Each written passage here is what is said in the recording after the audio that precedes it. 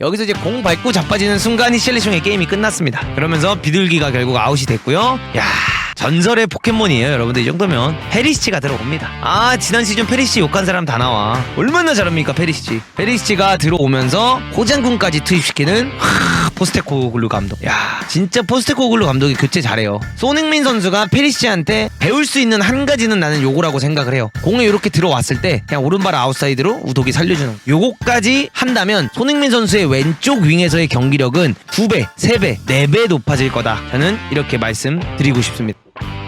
진짜 아무것도 아니지만 그냥 들어오는 공 왼발로 잡아놓고 공격적으로 잡아놓고 오른발로 까똑 하면서 그냥 툭툭 밀어넣어주는 장면이죠. 그러면서 우도기가 이런 장면이 나오고요. 우도기가 이런 장면이 나오게 되면 어떻게 됩니까? 안으로 끌고 들어가면서 메디슨이 받쳐주기도 하고 우도기가 리턴 내주면 손흥민이 여기서 오른발 크로스를 올릴 수도 있고, 근데 여기서 이제 손톱이 발동이 됐는데 우도기가 손이랑 기가 막힌 원투 플레이를 가져가면서 우도기의 크로스를 셉세비가 잘라 들어오면서 득점을 했던 장면이죠. 셉세비까지 득점을 하고 손흥민 선수의 무에타이 세레모니, 야 너 세레모니 혼자 하지 말아라 하면서 옛날에 맨체스터 유나이티드의 다른 플래처를 보듯이 세레모니 브레이커 바로 가서 안겨주는 손흥민 선수를 볼 수 있고, 그리고 포스테코글루 감독이 박수를 치는 모습을 볼 수 있습니다. 그리고 요런 장면이 전 너무 좋았던 것 같아요. 메디슨 선수가 돌려치면서 요 장면이 나왔는데 손흥민이 이렇게 브레이킹을 하고 있고 여기서 어떤 일이 일어납니까? 메디슨의 침투 패스가 또다시 일어나는 장면을 볼 수 있었죠. 근데 저는 이렇게 생각을 해요. 뭐 손톱의 활약, 손톱이 정말 좋다 이렇게 이야기를 하지만 저는 토트넘이 이기고 있는 상황이기 때문에 손톱의 값어치가 올라가는 거지, 경기 시작부터 히샬리숑을 빼고 손톱을 쓰면 손톱에서 손흥민의 역할이 그렇게까지 잘 나올 거다라고 생각하지 않아요. 왜냐, 토트넘이 이기고 있으면 상대방이 어떻게 됩니까? 전방 압박을 나오면서 이 후방 빌드업을 망가뜨리려고 나올 거고, 이렇게 나오다 보면 뒷공간이 많이 열리기 때문에 손흥민이 공격수로 올라가면 토트넘의 공격력이 더 올라가는 거지, 0대 0이라든가 1대 0 상황에서 뭔가 상대가 맨유였던지 간에 좀 강팀이랑 하게 되면 수비수들 자체가 짬이 너무 좋아서 손흥민을 아예 묻어버리면 묻어버리지 이 뒷공간 뛸 수 있는 상황들이 자주 나오진 않아요, 여러분들. 그렇기 때문에 이기고 있을 때 손톱 기용은 너무나도 좋으나 지고 있을 때는 혹은 비기고 있을 때는 손흥민이 왼쪽 윙에서 이날 경기에서 보여준 것처럼 더 활약을 하면 좋을 것 같다, 이렇게 말씀드리고 싶습니다. 그리고 이 장면에서 또다시 페리시치가 본인의 트레이드마크 헛다리 이후에 공무원이죠, 거의 크로스 공무원, 완벽하게 좋은 크로스를 올리면서 또다시 좋은 기회를 창출해냈던 이런 걸 볼 수 있었고요. 지금도 손흥민 선수가 이렇게 포켓으로 내려오면서 공을 받는 장면이 나옵니다. 그리고 나서 너무 좋았던 게 이 포켓에서 공을 받고 나서 탈압박 이후에 왼발로 뛰는 메디슨을 보고 기가 막힌 패스를 넣어줬어요. 근데 자 보세요, 왜 히샬리숑이 골을 못 넣냐, 왜 히샬리숑이 많은 골을 넣기가 어렵냐, 왜 아까 말씀드린 대로 손흥민이 컵백을 낼 때 히샬리숑이 공을 받는 게 아니라 사르가 공을 받았잖아요. 왜 그럴 수밖에 없냐, 이 포스테글루 축구에서는 공격수가 이렇게 내려오면서 홀딩 플레이를 가져가줘야 돼요. 그러다 보니까 소니가 요 아래쪽에 내려와 있고 이 볼이 메디슨에게 연결될 때 페리시치가 올라가게 되면 페리시치에게 결국 어떤 일이 일어납니까? 이렇게 뚫리는 장면이 일어나겠죠. 그럼 페리시치가 만약에 이걸 치고 들어가는 장면이 나온다 하면은 사실상 이 장면에서 손흥민이 여기까지 뛰어들어와서 골을 넣기는 어려워요. 제가 그래서 손톱이 손흥민에게 더 안 좋다라는 겁니다. 손흥민이 저 지역까지 내려가서 폴스나인으로 공을 연계해주고 나면 결국 공격 빠르게 진행이 될 텐데 이때 손흥민이 박스 안에 들어올 수 있는 가능성이 굉장히 낮아져요. 그렇기 때문에 손흥민 톱은 이기고 있을 때 효과적으로 팀이 승리하기 위해서 쓰는 것은 너무나도 좋으나 시작부터 손톱은 저는 별로다, 이렇게 말씀드리고 싶어요. 지금도 셉세비가 굉장히 공을 잘 지켜주면서 안으로 파고들어오는 장면이 나왔고요. 메디슨에게 볼이 연결됐을 때 손흥민이 이런 식으로 파고 있는 장면이 나옵니다. 그리고 여기서 메디슨이 손흥민을 보고 패스를 하기보다는 본인이 직접 슈팅을 가져갔어요. 이 장면을 보면서 아, 메디슨 이거 패스했어야지 소니한테 라고 하시는 분들도 어느 정도 있을 거라고 생각을 합니다. 근데 여러분들, 축구에서 이거는 패스하는 게 아니라 메디슨이 한 행동이 맞습니다. 골키퍼를 보고 혹은 파포스트 보고 슈팅을 때리게 되면 이게 골대 안으로 들어가는 거였으면 골이 되는 거고, 골대 안으로 들어가는 걸 키퍼가 막았으면 결국 여기 떨어지게 돼 있어요. 그러면은 뛰어들어오면서 소니가 그냥 태핀을 넣는 장면입니다. 여기 소니가 서 있었어도 이거는 패스보다는 슛을 때리는 게 맞았다, 전 이렇게 말씀드리고 싶습니다. 그러면서 이제 2대 0이 된 상황이다 보니까 굉장히 아쉬워하는 소니의 모습을 볼 수 있었습니다. 아, 이제는 아쉬워하기 시작한 거지. 나 좀 줘라, 이제 나도 공격 포인트 좀 하자, 이런 모습이었죠. 그리고 메디슨이 슬쩍 손흥민을 보면서 아, 미안해 형, 내가 줬어야 됐는데 하면서 손흥민이 표정을 보자마자 경직. 보세요, 이게 주장과 부주장이거든요. 이게 보세요, 소니 펌에 바라볼 때는 슥 쓱 봤어. 근데 어때? 웃음으로 넘어가려고 했는데 손흥민 선수가 화가 많이 난 거야. 그래서 손흥민 선수 얼굴을 보시면 알겠지만 진짜 패스 그렇게 안 주네 하는 표정을 지으니까 경직 메디슨을 볼 수 있었다. 땀 삐질삐질삐질 여기 흘리고 있죠. 이게 주장의 품위입니다. 자, 여기서도 페리시치가 다시 손흥민 선수에게 패스를 넣어줬고 지금 손흥민 선수의 위치 보시면 아시겠죠? 폴스 나인 지역까지 내려와 있다는 겁니다. 그렇기 때문에 손톱은 저는 연계 플레이를 하는 입장에선 너무나도 좋지만 손흥민의 공격 포인트까지 이어지기에는 사실 좀 어렵다. 그래서 손흥민 선수가 기가 막히게 공을 돌려치면서 뛰어들어가는 장면이 나오고요. 셉세비가 연결을 하는 다음에 소니가 뛰고 있었어요. 근데 여기서 이제 로셀소가 요거를 딱 손흥민을 보고 넣어주는데 사실상 패스가 조금 약해가지고 잘리는 장면이 나왔죠. 허나 손흥민 선수가 이렇게 돌려치고 라인 따라서 드리블하고 안으로 한 번에 돌려치고 진짜 첫 경기에 비해 이 전술에 완전히 녹아들었다라는 거를 느낄 수 있었던 진짜 장면이었다 말씀드리고 싶고요. 여기서도 페리시치에게 공이 지어준 다음에 하프 스페이스에 서 있는 로셀소에게 연결이 됐어요. 이게 또 로셀소의 매력이기도 해요, 여러분들. 그러면서 손흥민 선수가 공간 사이로 침투하는 장면을 보여줍니다. 그러다 보니까 로셀소는 요 패스를 넣은 거야. 근데 손흥민 선수는 이제 후반전이고 본인도 체력적으로 힘들다 보니 뛰다가 그냥 멈췄어요, 이렇게. 그러면서 공은 어떻게 되냐? 패스가 이어졌고 손흥민은 제자리에 멈춘 거를 볼 수 있었다. 그러면서 로셀소는 형이 나 이거 뛰는 줄 알았지. 형 원래 이거 형이 여기 딱 띄워주면 형이 마무리할 수 있고 좋잖아 했는데 손흥민은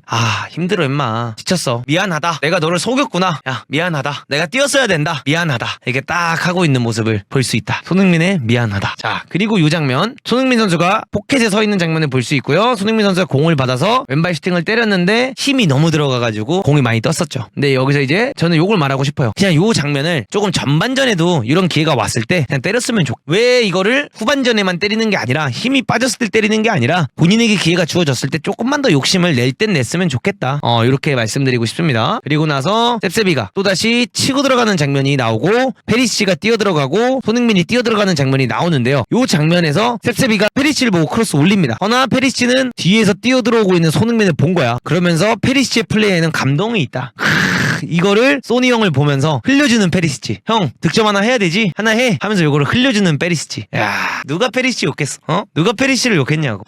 클라스는 여전하다, 여러분들. 그러면서 아쉽게 공이 흘렀고 손흥민이 페리시치를 바라보는 장면이 나오죠. 이 형 감동이 있네 하면서 페리시치는 그런 거 신경 안 쓰고 뭐합니까? 공 따라 또 존나게 뜁니다. 왜? 자기는 후반전에 들어갔기 때문에 또 잘하고 싶은 거죠. 이거는 페리시치가 흘려준 거예요. 손흥민 보고 골을 넣으라고 일부러 공을 안 건드리면서 자기가 앞으로 띄워주면서 공간 창출해서 손흥민이 뛰어 들어오면서 골 넣게 만들려고 했던 장면입니다. 페리시치가 잘못한 장면이 아니라 굉장히 잘해준 장면이에요. 이 장면에서도 손흥민 선수가 공을 굉장히 잘 지켜주면서 벤 데이비스에게 공을 내줬죠. 근데 여기서 벤 데이비스가 풀스윙을 갈겼는데 또다시 공이 아웃되면서 득점으로 이어지지 않았습니다. 이 자세를 보면 득점이 될 수 없는 자세예요. 이 자세가 약간 누구 자세냐? 강인이가 요즘 슈팅 때릴 때 약간 이런 자세 나오거든요. 이런 게 조금 아쉬웠어요. 손흥민 선수가 정말 득점이 날 수 있을 만한 찬스를 이번 경기에서 3개 혹은 4개를 만들어줬는데 어시스트가 하나도 나오지 않은 게 솔직히 굉장히 아쉬웠고 이거 보면 알 수 있잖아요, 여러분. 고개 돌려버리는 손흥민.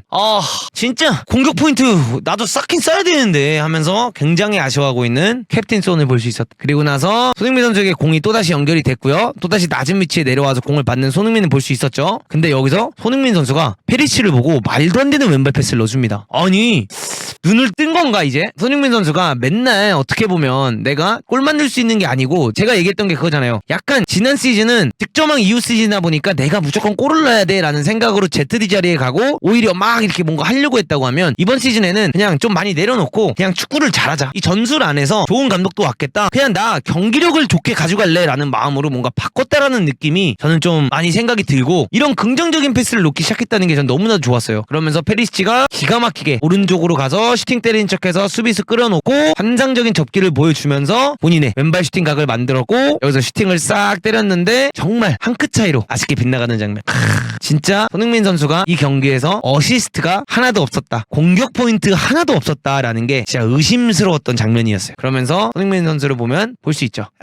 에이씨 너마저 못 넣으면 어떡해. 손흥민 선수도 바로 지금 제로투 준비하고 있었는데 제로투 못하고 아쉽게 경기를 마무리하는 장면이 나왔다. 자, 요렇게 여러분들 손흥민 선수의 본머스전 심층 분석을 했습니다. 많은 이야기가 있었어요. 본머스가 라인을 내려설 거다, 본머스가 수비적으로 나올 거다라고 했지만 본머스는 사실상 굉장히 공격적으로 나왔고요. 전방 압박을 많이 했습니다. 왜냐, 이 본머스의 첫 경기 두 경기를 보면 제가 올렸던 프리뷰에 나오는 것처럼 본머스는 절대로 뒤로 물러서서 축구를 하는 팀이 아니에요. 그렇기 때문에 손흥민 선수가 어떻게 보면 정말 좋은 활약을 보여주면서 플레이메이커라기보다는 손흥민 선수가 그냥 왼쪽 윙어로서 굉장히 좋은 플레이를 가져가 줬어요. 이 경기들을 보면서 느낄 수 있는 것 중 하나는 3경기가 이제 지났지만 여러분들 제가 프리시즌 때부터 이야기해왔던 것들이 조금씩 확실하게 보이기 시작했다. 이 전술은 손흥민이 더 좋은 경기력을 펼치는 데 있어서 환상적인 전술이다.